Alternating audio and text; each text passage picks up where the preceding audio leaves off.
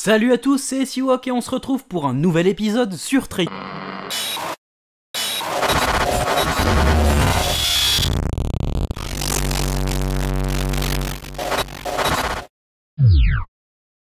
Personne ne s'intéresse à Tracer.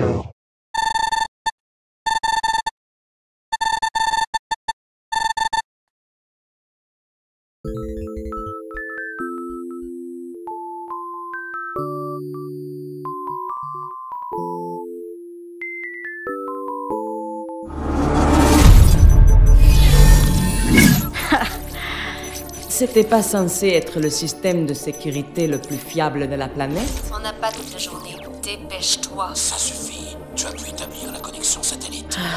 Évidemment. Après des mois de teasing... Attendez. C'est mieux avec cette voix. Après des mois de teasing et d'énigmes envoyées par Blizzard, Sombra est enfin sorti le 15 novembre. Ce personnage a créé une attente monstrueuse et les énigmes créées par les développeurs sont très intéressantes. Je vous encourage à y jeter un œil en cliquant sur ce petit bouton. Qui est Sombra? Personne. Son existence elle-même a été effacée comme si elle n'était jamais née. Bien qu'on ne connaisse sa réelle identité de ce que l'on sait, elle a 30 ans et est une hackeuse professionnelle. Agissant depuis Dorado au Mexique, elle est affiliée à la Griffe, l'organisation criminelle, et est une associée connue de Faucheur. Bien avant d'adopter ce pseudonyme alors que était encore une enfant, ses parents furent assassinés lors de la crise des Omniums. La guerre détruisit de nombreux bâtiments dont les orphelinats du pays.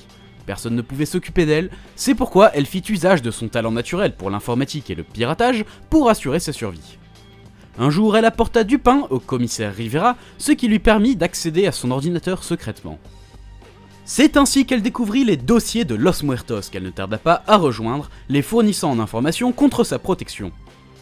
Le gang mexicain aux idées révolutionnaires souhaitait renverser le gouvernement, persuadé que les riches avaient profité de la reconstruction du Mexique pour s'enrichir sur le dos des pauvres. A fortement contribué à leur dessein, s'assurant ainsi une place importante dans l'organisation. Seulement, à force de jouer avec le feu, Sombra finit par se brûler. Un jour, alors qu'elle s'infiltrait dans des bases de données, comme à son habitude, elle découvrit une conspiration mondiale menée par des personnes influentes. À ce jour, nous-mêmes ne savons pas de quoi il en retourne. Mais l'arroseur se fit arroser. De l'autre côté des serveurs informatiques, on se débrouillait pas trop mal non plus, côté informatique. Si bien qu'elle finit par se faire découvrir. Se sentant en grand danger, dut effacer toute trace de son existence et disparut aux yeux du monde. Pour le système, elle n'existe pas. C'est sous le nom de Sombra qu'elle réapparut quelques temps plus tard. Selon ses mots, La gamine disparue. Faut laisser place à Sombra.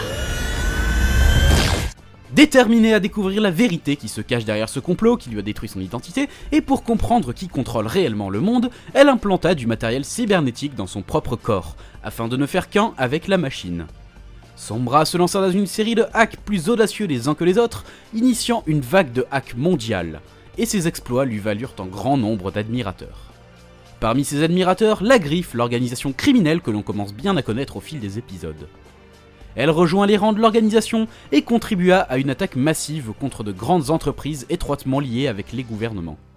Faisant maintenant partie de la Griffe, elle s'allia avec Los Muertos afin d'hacker le site de Lumérico, une entreprise prenant part à cette reconstruction post-crise des Omniums, et accusa son PDG, Guillermo Portero, d'avoir utilisé les fonds de la compagnie comme son propre porte-monnaie. Elle a aussi mis à jour des négociations entre Lumérico et Vischer Corporation concernant des exportations de systèmes énergétiques.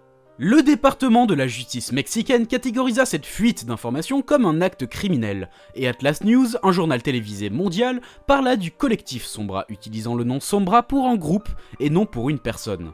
Le monde pensait donc que notre hackeuse n'était pas seule. Ces efforts incitèrent une révolution à Mexico contre Lumérico, et des graffitis pro-Sombra furent reportés tout autour du globe. Moins d'une semaine après, on apprit que Portero avait démissionné de son poste de PDG, de plus l'entreprise annonça qu'il allait bientôt être emprisonné. Los Muertos avait gagné pour cette fois, alors que Sombra s'attaquait déjà à sa prochaine cible, Volskaya Industries.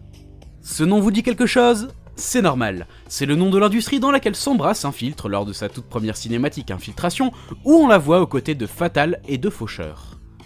Initialement venue assassiner le PDG, Katia Volskaya, Sombra finit par trahir ses comparses secrètement pour faire de la PDG son amie, en la menaçant de jeter des infos compromettantes aux médias. La cible s'étant échappée d'après les dires de Sombra, Échec de la mission. La cible s'est enfuie. ses compagnons mercenaires ne soupçonnèrent rien. Elle apparaît aussi dans la cinématique Les Origines de Sombra qui explique les origines de Sombra. Merci Captain Obvious. On passe maintenant aux Interesting Facts.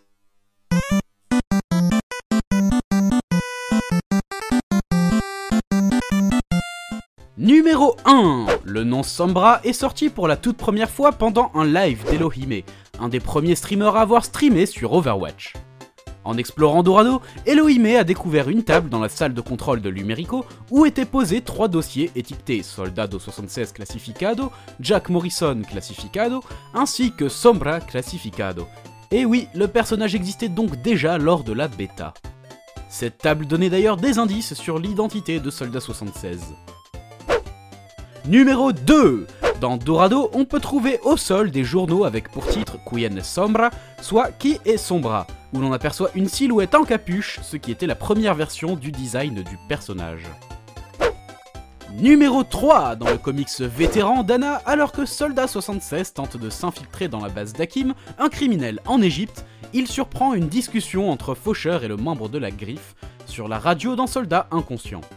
Les deux parlent brièvement d'un incident à propos d'Helix Security International et Faucheur mentionne Sombra. Cette dernière n'en était alors qu'à l'étape du teasing. Et voilà, l'épisode est terminé, j'espère qu'il vous a plu. Vous avez été nombreux à avoir deviné qu'il s'agissait de Sombra pour cette vidéo, félicitations.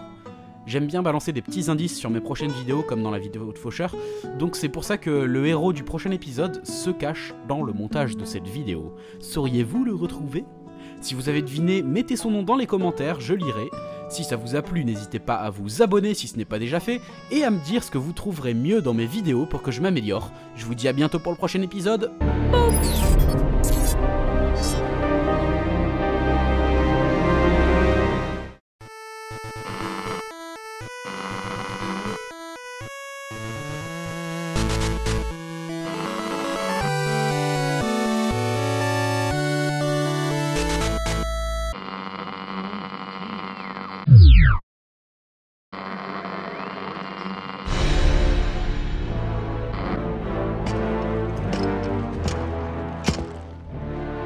Savez-vous pourquoi je vous ai fait venir?